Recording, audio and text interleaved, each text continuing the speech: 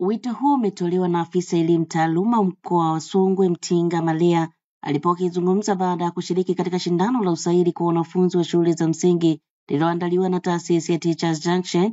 Katika shindano hilo, wanafunzi 45 kutoka shule 15 za mchepuo wa Kiingereza wameshiriki kwa lengo la kutathminiwa uelewa wao wa masomo wanaojifunza darasani. Imeleta hamasa kubwa sana katika mkoa wetu ambapo inaonyesha kwamba shule zetu zitafanya vizuri na watoto pia watahamasika kuja kufanya mazoezi kama haya.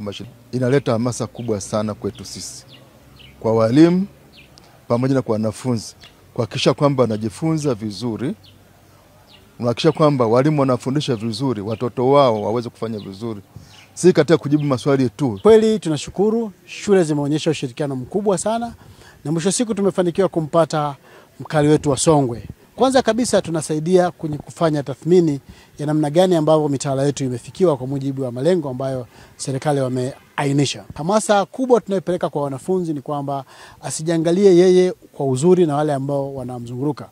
Mwalimu asifundishe kwa ubora kwa kuangalia matokeo wale ambao wanamzunguruka. Ajaribu kufuata mtaala, kuhakikisha kwamba anachokiweka kwa mwanafunzi kinakaa pale. Tunapoingia darasani tuhakikishe kwamba kama tulivyoandaliwa sisi, basi ndivyo tunavyoandaa watoto. Na huu ni mtazamo wa wadau wa elimu mkoani Songwe. Tumeona tukio kubwa kabisa la kumpata mwanafunzi bora kwa maana ya overall performer.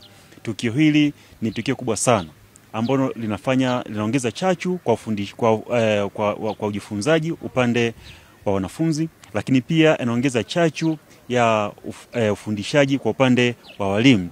Naona kwamba jambo hili likienda mbali zaidi inaweza kuwa tija. Sisi kama wadau wa elimu kwetu tunafarijika mno tunapoona watoto bora wanaposhindana na matokeo yao yanapokuwa na gepu dogo sana mpaka anapatikana bingwa. Hiyo ndio dalili kwamba taifa sasa hivi linakuja vizuri upande wa kitaaluma na tuweze kusema kwamba Songwe na Mbozi inakuwa kwa kasi.